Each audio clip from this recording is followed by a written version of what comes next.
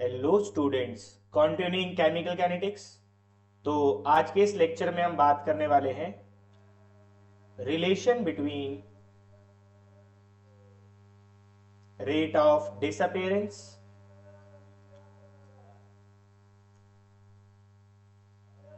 And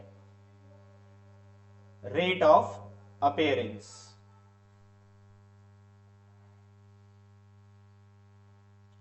तो कल आपने सीखा था कि रेट ऑफ डिसअपेरेंस और रेट ऑफ अपेयरेंस लिखा कैसे जाता है। आज हम उनके बीच में रिलेशन देखने वाले हैं। तो इसको समझने के लिए हम एक केमिकल रिएक्शन ले लेते हैं। जैसे हमने लिया 2A plus B give rise to C plus 3D। तो ये रिएक्शन क्या कह रही है? ये रिएक्शन ये बोल रही है कि जब 2 मोल A के कंज्यूम होंगे तब 1 मोल B के कंज्यूम होंगे। मतलब अगर आप B के रिस्पेक्ट में देखें तो B का जब 1 मोल खर्च होगा तब तक A के 2 मोल खर्च हो चुके होंगे। यानी कि जो A है वो 2 गुना तेजी से खर्च हो रहा है, क्योंकि जब तक इसका 1 मोल खर्च हुआ इसके कितने मोल खर्च चुके हो चुके हैं? 2 मोल इसके खर्च हो चुके होंगे। तो इसका मतलब ये हुआ कि A के डिसअपेयर होने की speed, rate of disappearance of A के डिसअपेयर होने की स्पीड B के डिसअपेयर होने से,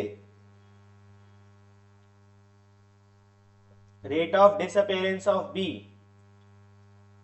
के डिसअपेयर होने की स्पीड से 2 गुना ज्यादा है।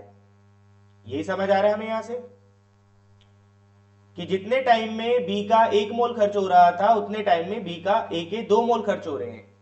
इसका मतलब A 2 गुना तेजी से खर्च हो रहा है। तो rate of disappearance of A किसके बराबर है? It is 2 times of rate of disappearance of B। कैसे लिखा जाता है rate of disappearance? Minus DA by dt। कैसे लिखा जाता है rate of disappearance of B? Minus DB by dt। तो ये रिलेशन हो गया बिटवीन A एंड B। यहीं पर अगर आप देखें तो जब B का 1 मोल खर्च होगा उतने टाइम में C का 1 मोल बना होगा। मतलब जिस स्पीड से इसका कंज्यूम हो रहा है 1 मोल, उसी स्पीड से इसका 1 मोल बन रहा है। तो यहां पर आप एक और रिलेशन लिख सकते हैं कि rate of formation of C, rate of formation of C किसके इक्वल होगा? Rate of disappearance of B। दोनों इक्वल स्पीड के साथ एक खर्च हो रहा है और एक फॉर्म हो रहा है। कैसे लिखा जाता है rate of formation? That is dC by dt। और कैसे लिखा जाता है rate of disappearance of B? Minus dB by dt। यहीं पर अगर आप देख सकते हैं तो यहां पर जब B का 1 मोल कंज्यूम हो रहा है तो उतने टाइम में D के 3 मोल बन रहे हैं। मतलब D 3 गुना तेजी से बन रहा है। जितने में इसका 1 मोल खर्च होगा उतने में इसके 3 मोल बन चुके होंगे। इसका मतलब rate of formation of D कितना ज्यादा है?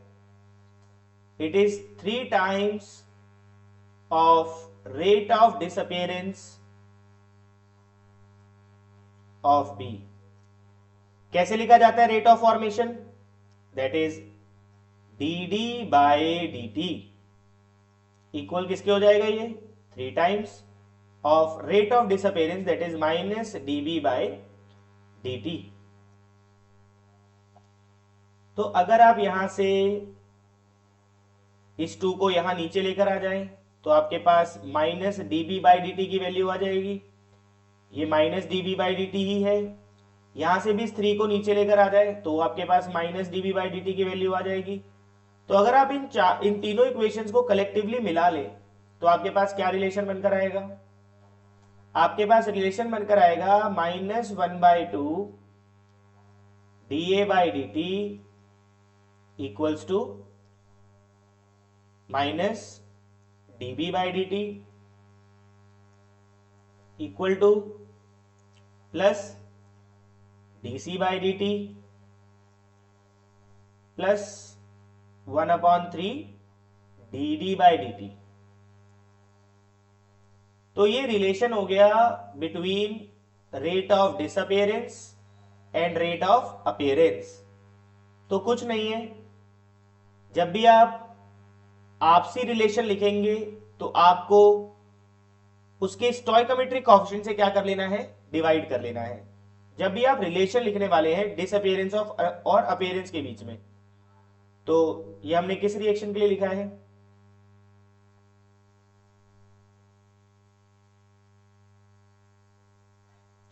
ये हमने लिखा है 2a plus B give rise to c plus 3d।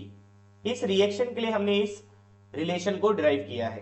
तो आप क्या देख पा रहे हैं, कैसे लिखा गया है, चेंज इन कंसंट्रेशन ऑफ ए पर unit change in time divide by stoichiometric coefficient. लेकिन स्टोइकोमेट्रिक कोएफिशिएंट से तभी डिवाइड करना है जब आप रिलेशन लिख रहे हैं बिटवीन अपीयरेंस एंड डिसअपियरेंस, या फिर डिसअपियरेंस और डिसअपियरेंस। तो एक और लिख के देखते हैं एग्जांपल के तौर पे। जैसे मान लीजिए हमारे पास एक रिएक्शन है 2NH3 give rise to N2 plus 3H2। तो इस बात को समझिए कि अगर मैं आपको कह रहा हूं rate of disappearance of ammonia, अगर मैं आपको कह रहा हूं rate of disappearance of ammonia, तो वो तो यही होगा, that is minus dNH3 by dt। इसमें कोई स्टोइकोमेट्रिक कोएफिशिएंट नहीं आएगा क्योंकि अभी आप सिर्फ रेट ऑफ डिसअपियरेंस कह रहे हैं। बट हाँ, अगर मुझे इनके बीच में रिलेशन लिखना है तो वो क्या होगा, तो वो होगा -1/2 dNH3 by dt equal to plus dN2 by dt equal to plus 1/3 dH2 by dt। तो स्टोइकोमेट्रिक कोएफिशिएंट से तभी डिवाइड करना है जब आप रिलेशन लिख रहे हैं बिटवीन डिसअपियरेंस और अपीयरेंस। ठीक है, ये तो इनका आपसी रिलेशन हो गया। अब हम बात करते हैं रेट ऑफ रिएक्शन की, कि रेट ऑफ रिएक्शन कैसे डिफाइन किया जाएगा।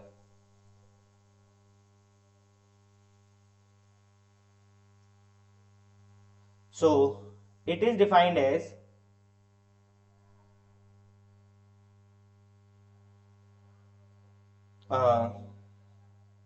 change in molar concentration of reactant or product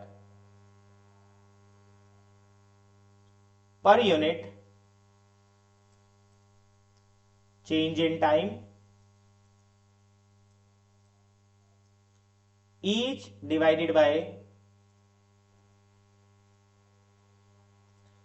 their stoichiometric coefficient।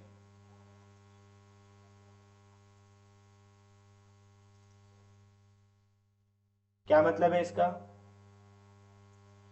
जैसे मान के चलिए आपके पास एक रिएक्शन है AA plus BB give rise to CC plus DD, और आप इसका रेट लिखना चाहते हैं।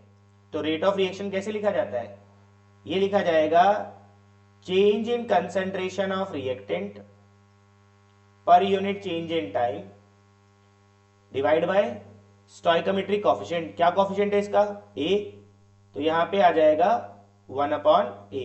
माइनस ये बता रहा है कि with respect to time A की कंसेंट्रेशन कम हो रही है। सेम जिस स्पीड से A खर्च हो रहा होगा उसी स्पीड से B भी खर्च हो रहा होगा। तो कैसे लिखा जाएगा rate in terms of B, that is minus जो भी स्टोइकोमेट्रिक कोएफिशिएंट है वो डिवाइड में आ जाएगा, change in concentration of reactant पर यूनिट चेंज इन टाइम। अब जिस स्पीड से B खर्च हो रहा होगा उसी स्पीड से C बन रहा होगा, तो स्टोइकोमेट्रिक कोएफिशिएंट डिवाइड में आ जाएगा, चेंज इन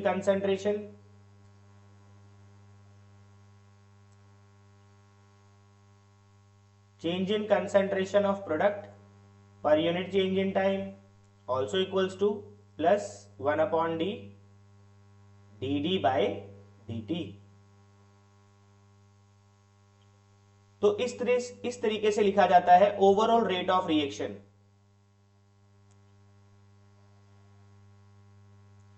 यहीं पर अगर आप यूनिट्स की बात कर लें तो units of rate of reaction क्या होगा, तो ये हो जाएगा कंसेंट्रेशन की यूनिट्स क्या होती है, मोल पर लीटर अपॉन टाइम।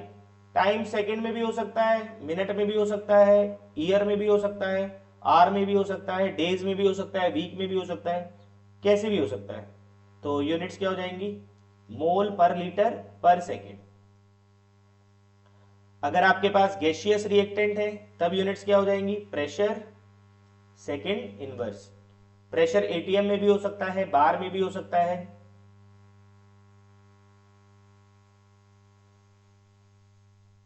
तो यहां पर एक इंपॉर्टेंट बात यह है कि when a chemical reaction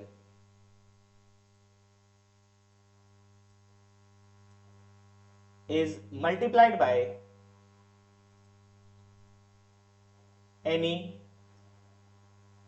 stoichiometric coefficient,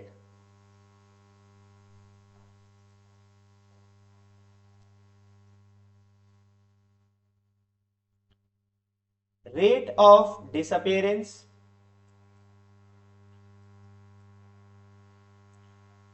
or rate of appearance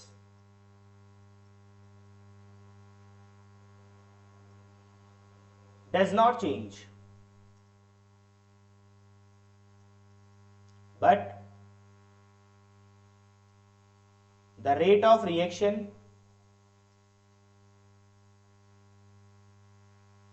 may change। कहने का मतलब यह है कि अगर एक सेम केमिकल रिएक्शन को किसी स्टोइकोमेट्रिक कोएफिशिएंट से मल्टीप्लाई किया जाएगा तो उसका रेट ऑफ डिसअपीयरेंस और रेट ऑफ अपीयरेंस चेंज नहीं होता, लेकिन उसका rate of reaction change, overall rate of reaction change हो सकता है।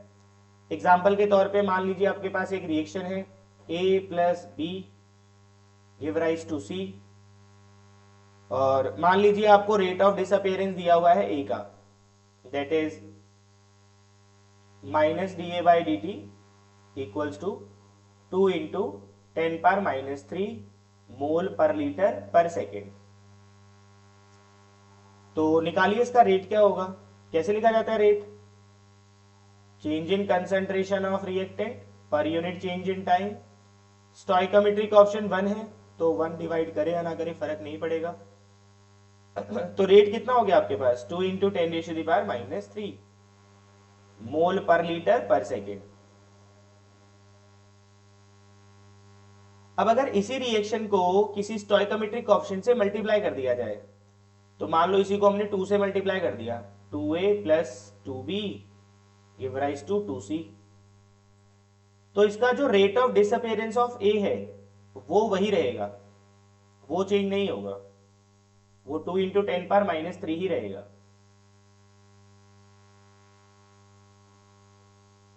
लेकिन अब इसके रेट की बात करते हैं, क्या रेट पे फर्क पड़ा, ओवरऑल रेट ऑफ रिएक्शन पे कैसे लिखा जाता है रेट, R इक्वल्स टू जो भी स्टोइकोमेट्रिक कोएफिशिएंट है वो डिवाइड में आएगा, change in concentration of reactant पर यूनिट चेंज इन टाइम। तो अगर आप इस चीज को देख पा रहे हैं, इसको क्या बोलते हैं, इसको बोलते हैं रेट ऑफ डिसअपीयरेंस ऑफ ए, जिसकी वैल्यू कितनी थी, 2 इंटू 10⁻³ डिवाइड बाय 2, 2 से 2 कैंसिल आउट हो जाएगा, क्या बचा रेट हमारे पास, 10⁻³ मोल पर लीटर पर सेकेंड।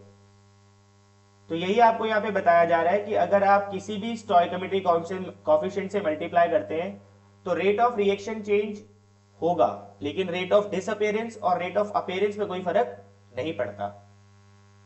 तो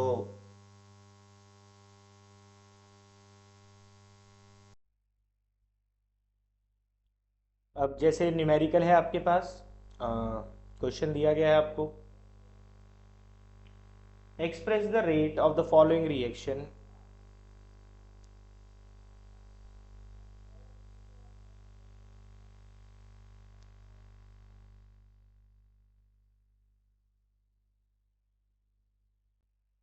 in terms of different reactant and product.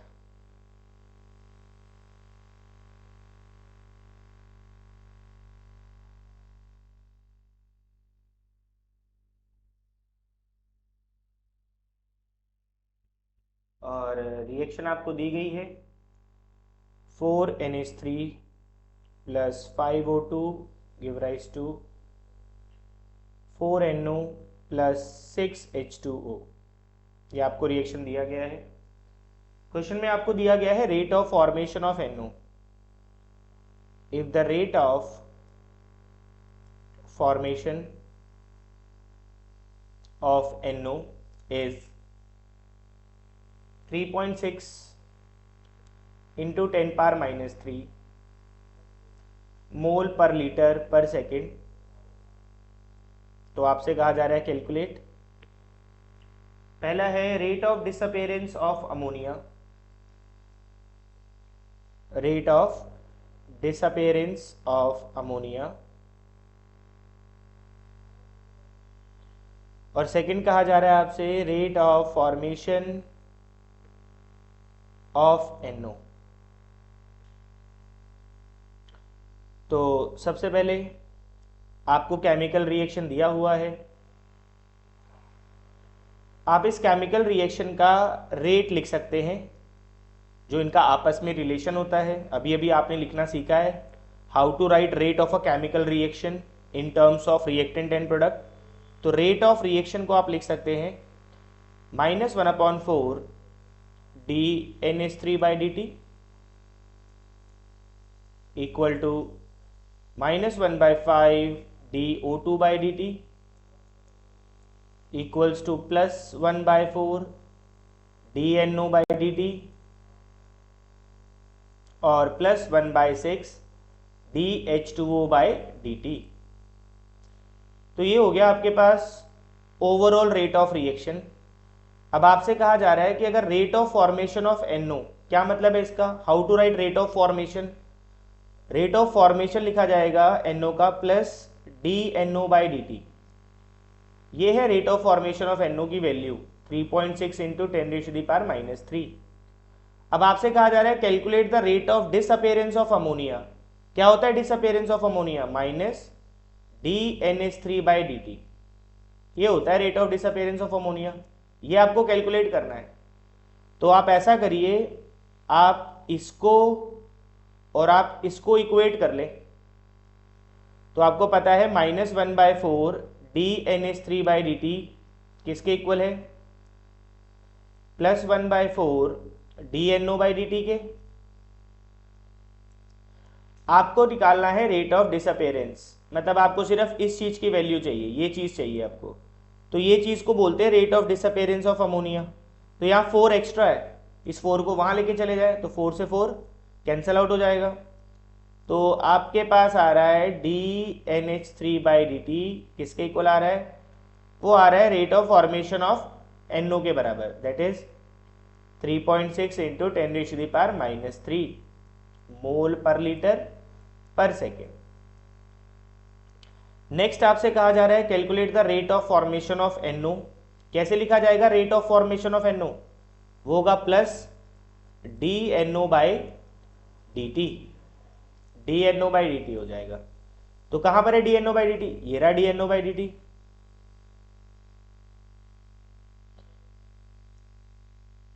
NO का नहीं निकालना हमें, H2O का निकालना है। NO का तो दिया ही हुआ है, H2O का निकालना है। कैसे लिखा जाएगा rate of formation of H2O, तो ये हो जाएगा dH2O/dt। तो ये रहा आपके पास dH2O/dt, और आपको dNO/dt क्वेश्चन में दिया हुआ है, तो आप इसको और इसको इक्वेट कर ले। तो +1/4 dNO/dt इक्वल है +1/6 dH2O/dt के। तो ये चीज क्या है आपके पास, ये चीज ये है रेट ऑफ फॉर्मेशन किसका, वाटर का। ये rate of formation of water है। तो आपको ये 6 नहीं चाहिए यहाँ पे, तो 6 को वहां लेके चले जाएं। तो क्या वैल्यू बनेगी आपके पास rate of formation of water की,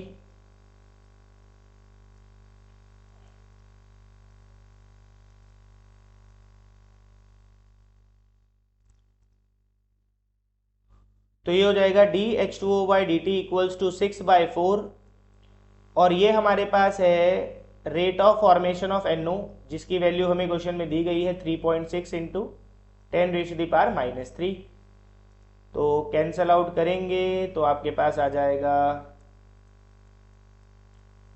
5.4 इंटू 10⁻³ मोल पर लीटर पर सेकेंड। तो इस तरीके से आप इक्वेट कर सकते हैं रेट ऑफ अपीयरेंस को रेट ऑफ डिसअपीयरेंस के साथ, या फिर रेट ऑफ अपीयरेंस को रेट ऑफ अपीयरेंस के साथ। नेक्स्ट क्वेश्चन है आपके पास, आपको एक रिएक्शन दिया गया है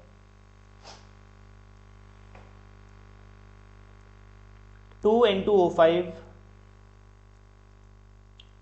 जो कि इक्विलिब्रियम में है NO2 प्लस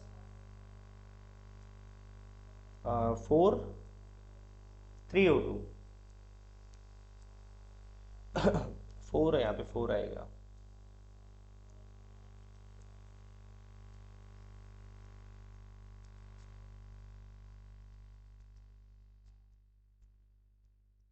अब आपसे क्वेश्चन में कहा जा रहा है it was found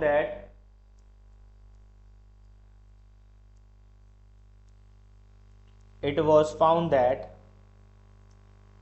concentration of NO2 increases by 2 into 10⁻⁻² mole per liter in 5 seconds।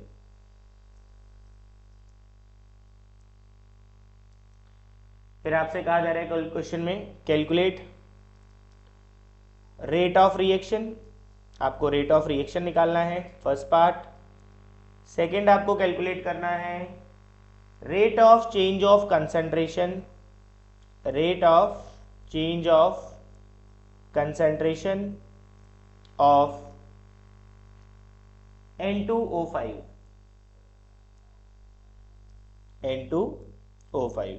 ये आपको कैलकुलेट करनी है दो चीजें। क्या क्वेश्चन में दिया गया आपको कि कंसंट्रेशन ऑफ NO2 इंक्रीज हो रहा है 2 इंटू 10⁻², यानी कि ये आपको दिया गया है चेंज ऑफ NO2 कि NO2 का कंसंट्रेशन कितना चेंज कर रहा है, वो कर रहा है 2 इंटू 10⁻², और उसमें कितना टाइम चेंज हुआ है, टाइम चेंज हुआ है 5 सेकेंड। तो ये आपको क्वेश्चन में दिया गया है कि 5 सेकेंड में कितना चेंज हो रहा है NO2 का कंसंट्रेशन 2 इंटू 10⁻², और इसको आप बोलते हैं rate of appearance of NO2।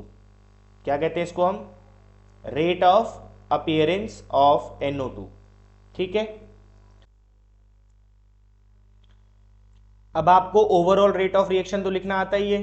कैसे लिखते हैं rate of reaction in terms of appearance और डिसअपीयरेंस, तो R equals to -1/2 dN2O5/dt equals to +1/4 dNO2/dt equals to plus DO2/dt। ये आपका ओवरऑल रेट ऑफ रिएक्शन है।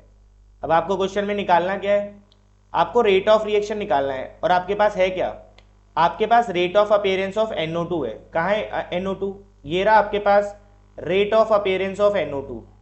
तो आप लिख सकते हैं R equals to +1/4, rate of appearance of NO2 का वैल्यू है 2 इंटू 10⁻² ओवर 5, तो कितना हो जाएगा ये 10, तो आंसर विल बी 10⁻³ मोल पर लीटर पर सेकेंड। ये आपके पास आ चुका है रेट ऑफ रिएक्शन। सेकेंड आपसे कहा जा रहा है rate of change of concentration of N2O5 बताएं। तो क्या होता है rate of change of concentration of N2O5। तो अगर आप रिएक्शन में देख पा रहे हैं तो N2O5 क्या हो रहा है, N25 आपका रिएक्टेंट है, तो ये डिसअपीयर हो रहा होगा। तो इसका मतलब आपसे कहा जा रहा है रेट ऑफ डिसअपीयरेंस निकालने के लिए। रेट निकालने के लिए कहा जा रहा है ना, N2O5 डिसअपियर हो रहा है विद रिस्पेक्ट टू टाइम, तो आपको निकालना है minus D N2O5 by d T, आपको ये कैलकुलेट करना है। तो क्या रिलेशन है आपके पास, ये रहा आपके पास rate of disappearance of N2O5, ये चाहिए आपको। तो R के साथ इक्वेट कर ले, R किसके इक्वल है, -1/2 dN2O5 बाई डी टी, ये R के इक्वल है। हमको सिर्फ ये वैल्यू चाहिए, that is disappearance of N2O5, तो ये 2 वहां चला जाएगा। तो minus dN2O5 by d T किसके इक्वल आ जाएगा, 2R, R का वैल्यू कितना है 10⁻³ मोल पर लीटर पर सेकेंड। तो इस तरीके से आप रेट ऑफ डिसअपियरेंस और अपीयरेंस को इक्वेट करते हैं। That's it for now, thank you.